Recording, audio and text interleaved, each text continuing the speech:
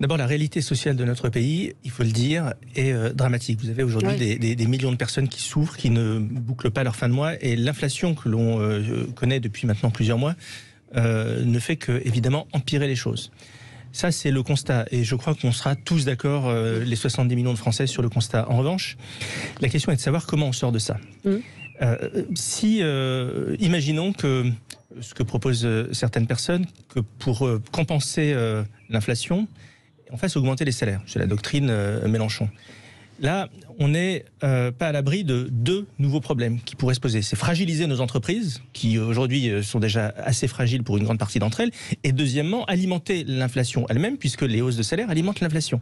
Donc, en gros, c'est un système de spirale dont on ne sait absolument pas où il peut nous emmener. La réalité, on a beau retourner le problème dans tous les sens, il n'y a pas 36 000 solutions. C'est qu'aujourd'hui, en France, nous ne produisons plus. Notre pays s'est désindustrialisé depuis 30 ou 40 ans. Nous achetons des produits que nous n'avons pas à l'étranger avec de l'argent que nous n'avons pas. On a un double déficit, un déficit public et un déficit du commerce extérieur. Et aujourd'hui, tout ce qui ira dans le sens de la consommation politique, notamment en termes de pouvoir d'achat, eh bien, ça servira à creuser notre balance du commerce extérieur, puisque nous ne produisons pas en France. Donc la seule façon d'enrayer la crise sociale et le tsunami social qui est devant nous aujourd'hui, c'est de créer les conditions d'un retour à la compétitivité de notre pays. Ça passe par deux choses. Un, que l'État, enfin, entame sa réforme structurelle, qu'il réduise son train de vie pour qu'il n'endette pas les générations futures et il ne génère pas les déficits abyssaux comme c'est le cas depuis maintenant plusieurs décennies. Ça, c'est la première chose. Et la deuxième chose qui est tout aussi importante, c'est que nous puissions avoir une politique offensive vis-à-vis de nos entreprises. Le gouvernement actuel a commencé à le faire. Réduction des impôts de production, réduction de l'impôt sur les sociétés. C'est fondamental parce que ce sont les entreprises qui innovent, ce sont les entreprises qui créent des emplois. Si nous voulons créer c'est sur du long terme. Mais le long terme, oui, mais évidemment que c'est sur du long terme. Mais des choses ont été faites. Des choses ont été faites. Je vais vous en donner deux. Baisse des impôts de production et de l'IS. Ça a été fait par le gouvernement actuel. L'apprentissage, parce que quand on parle d'industrialisation, il faut parler des compétences. Parce que les compétences, il faut les avoir. La réforme qui a été faite par le gouvernement de Emmanuel Macron dès 2017 sur l'apprentissage a été extrêmement efficace, puisque le nombre d'apprentis a été multiplié par 2. Donc ça date d'il y a 5 ans. Donc ça va commencer à porter ses fruits. Mais il faut aller plus loin. Une compétitivité retrouvée, eh bien, c'est un plein emploi, c'est des salaires qui montent, et c'est la meilleure façon de conjurer la crise sociale qui vient. Il n'y en a pas d'autre.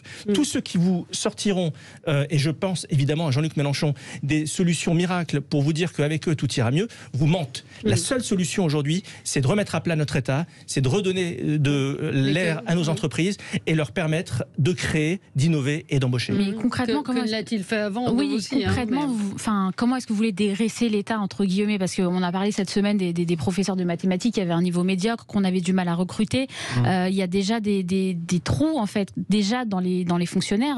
Où est-ce que vous voulez dégraisser l'État? Comment? Vous posez une très bonne question.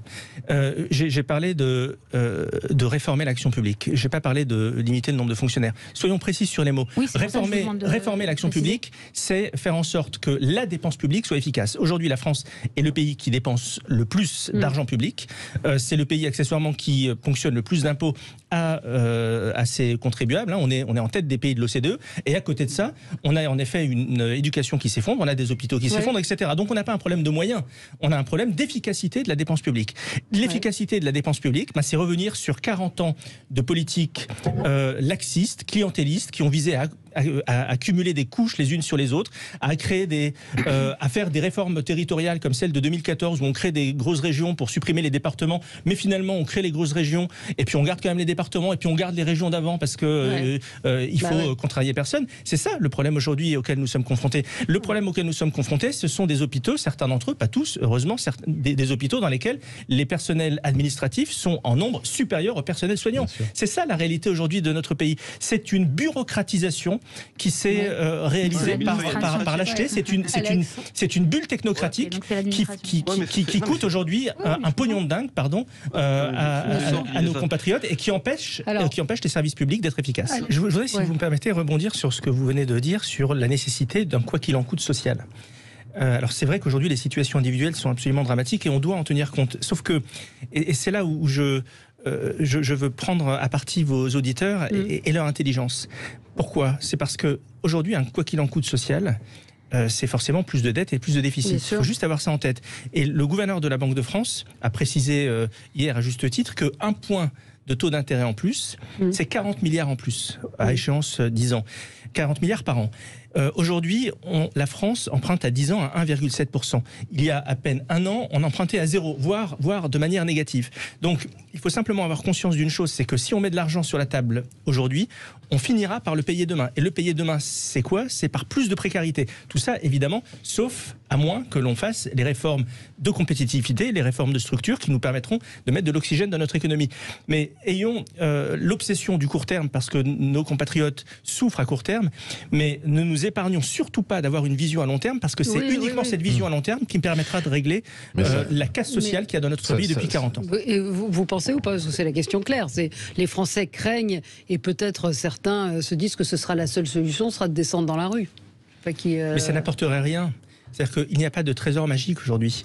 Il n'y a pas de l'argent caché que l'on ne voudrait pas distribuer aux Français. C'est que nous sommes aujourd'hui dans une situation extrêmement tendue et que le seul discours qui vaille, c'est un discours de responsabilisation. Moi, je suis contre l'infantilisation de nos compatriotes. L'infantilisation qui consiste à dire... Quoi qu'il en coûte, c'est un peu de l'infantilisation. Non, c'est une mesure d'urgence liée à une situation extraordinaire et l'État, de ce point de vue-là, a joué parfaitement son rôle.